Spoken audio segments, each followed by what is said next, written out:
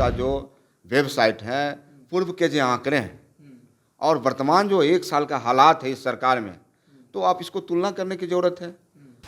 घटना घटी है, इसे हम इनकार नहीं कर सकते हैं, लेकिन सवाल है कि हम उस पर कितना गंभीर है घटना के प्रति। जो अपराधी है वो अपराधी कहीं बचते नहीं है सरकार में, तो सरकार गंभीर है और राज्य सरकार, हमें लगता है कि अपराधी कहीं भी हो बचेगा नहीं, प्रशासन ढूंढ के निकाल लेगी।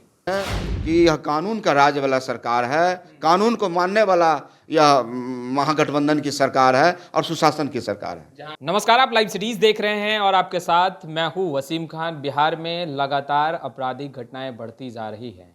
अररिया के रानीगंज में जिस तरीके से पत्रकार को गोली मारा गया, हत्या कर दी गई, अब कई सवाल प्रशासन के साथ साथ बिहार सरकार पर भी खड़े हो रहे हैं। देखिए, हमारे साथ बातचीत करने के लिए राजद के कद्दावर नेता विधायक रणविजय साहू जी हैं। बेबाकी से अपनी बातों को रखते हैं, मगर आशा और उम्मीद यही होगा आज इनसे कि आज भी सुशासन पर बेबाकी से अपने बातों को रखेंगे। सुशासन की सरकार बिहार में चल रही है, तस्वीरें जो निकल कर आ रही है, क्या लग रहा है? सुशासन किसी को कहते हैं? देखिए, माननीय नीतीश कुमार जी और माननीय उप मुख्यमंत्री तेजस्वी प्रसाद यादव जी के नेतृत्व में लगातार पिछले 1 वर्षों से जो महागठबंधन की सरकार है, कानून व्यवस्था का जो सवाल है, बिहार का विकास का जो सवाल है, वो लगातार आगे बढ़ रहा है। घटना घटी है, हम इससे इनकार नहीं कर सकते हैं, लेकिन सरकार का मंशा और सरकार के नीयत पर भी आपको सोचना होगा। तो सरकार के नीयत और मंशा पर कहीं सवाल नहीं है। कार्रवाई के लिए यह सरकार पूरे बिहार नहीं देश भर में जाने जाते हैं। कार्रवाई का ढोल कब तक बजाइएगा रणविजय साहू जी? पटना में गोलियां बरसाई जाती है, कार्रवाई की बात आती है। दरोगा को गोली मारा जाता है, कार्रवाई की बात आती है। पत्रकार को घर घुस कर गोली मार दिया जाता है, फिर कार्रवाई का ढोल बजा रहे हैं। नहीं, देखिए, लगातार अगर कोई घटनाएं घट रही है, सामने आ रही, तो पकड़े भी जा रहे हैं। अपराधी सलाखों के पीछे जा रहे हैं। आप पुलिस का जो वेबसाइट है, पूर्व के जो आंकड़े हैं और वर्तमान जो 1 साल का हालात है इस सरकार में, तो आप इसको तुलना करने की ज़रूरत है। घटना घटी है, इसे हम इनकार नहीं कर सकते हैं, लेकिन सवाल है कि हम उस पर कितना गंभीर है घटना के प्रति। जो अपराधी है वो अपराधी कहीं बचते नहीं है सरकार में। आपको नहीं लगा डर और खौफ खत्म हो गया है अपराधियों में पुलिस प्रशासन का? यही कारण है कि बेबाक तरीके से और बिना डरे हुए एक कर एक बड़ी घटनाओं को अंजाम दे रहे? नहीं, पूरी तरह से माननीय नीतीश कुमार जी, जो गृह मंत्री का भी प्रभार है उनके पास, माननीय तेजस्वी प्रसाद यादव जी के कुशल नेतृत्व में कहीं अफसर पर कोई दबाव नहीं। बिहार के एक सक्षम डीजीपी भट्टी साहब हैं और वो पूरे बिहार ने देश भर में हुआ जाने जाते हैं। तो हमें लगता है कि पत्रकार महोदय पर जो अटैक हुआ है, तो पूर्व में भी उनके साथ, उनके भाई के साथ जो घटना घटी, उस घटना में भी कई तरह की तो जांच का बिंदु है, जांच का विषय है। तो सरकार गंभीर है और राज्य सरकार, हमें लगता है कि अपराधी कहीं भी हो बचेगा नहीं, प्रशासन ढूंढ के निकाल लेगी। सवाल आप लोगों पर भी अब विपक्ष उठा रहा है कि राजद जब से सरकार में आई है, महागठबंधन की सरकार जो अभी वर्तमान में चल रही है, कहीं ना कहीं गुंडा राज स्थापित हो गया है और उसी की झांकियां जो है वो समय समय पर देखने के लिए मिलती है। देखिए, भारतीय जनता पार्टी को तो कहने का कोई अधिकार नहीं, उन्हें तो शर्म आनी चाहिए। उनके शासनकाल मणिपुर में पूरा देश, दुनिया शर्मसार हुआ।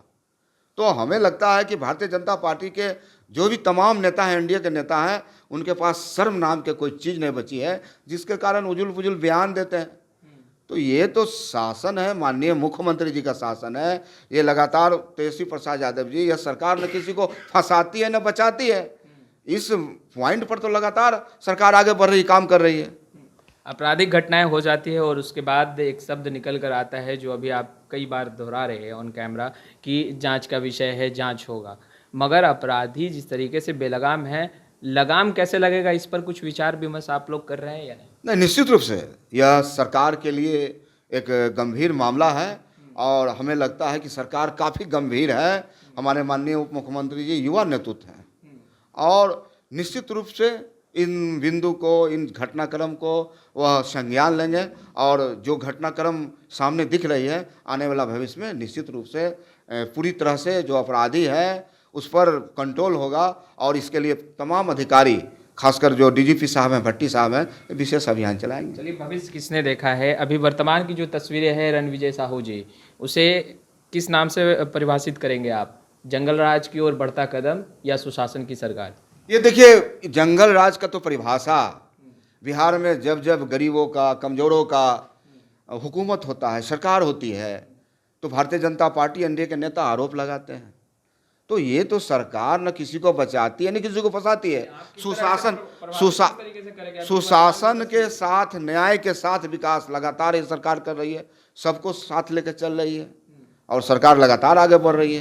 परिभाषित क्या करेंगे ये बताइए। आप बेबाक तरीके से ऑन कैमरा कहेंगे कि बिहार में सुशासन वाली सरकार है, या कहेंगे कि एक कदम बढ़ रहा है उस ओर भी? नहीं, निश्चित तौर पे बिहार में जो वर्तमान हालात है, वर्तमान स्थिति है, जो सरकार है महागठबंधन की, हम कह सकते हैं कि यह कानून का राज वाला सरकार है, कानून को मानने वाला यह महागठबंधन की सरकार है और सुशासन की सरकार है। जहां गोलियां चलने के बाद जांच होती? नहीं, निश्चित तौर पे अपराध तो होती, अपराध तो आप मध्य प्रदेश में ही देख लें, अपराध तो आप मणिपुर में भी देख लें, अपराध तो अन्य महाराष्ट्र में देख लें, अपराध तो सभी जगह होते हैं। लेकिन सवाल उठता है कि उस अपराध पर सरकार का नीयत क्या है, उनकी मंशा क्या है। तो हमें लगता है कि बिहार सरकार पर, महागठबंधन पर नीयत पर कोई सवाल नहीं उठा सकता है। तो आपने सुना रणविजय साहू को स्पष्ट रूप से कहते नजर आ रहे हैं कि बिहार में कानून व्यवस्था दुरुस्त है, मगर इस कानून व्यवस्था जो दुरुस्त का ढोल बजाया जा रहा है, सत्ता में बैठे जो विधायक हैं, नेता हैं, जो भी हैं उनकी तरफ से, मगर जो तस्वीरें निकल कर आ रही है, कहीं ना कहीं सवाल तो पुलिस प्रशासन के साथ साथ सत्ता में बैठे हुक्मरानों पर भी उठ रहा है। खैर, इस वीडियो में इतना ही। अब तक आपने हमारे चैनल को सब्सक्राइब नहीं किया है, तुरंत सब्सक्राइब कर ले। आपका बहुत बहुत शुक्रिया।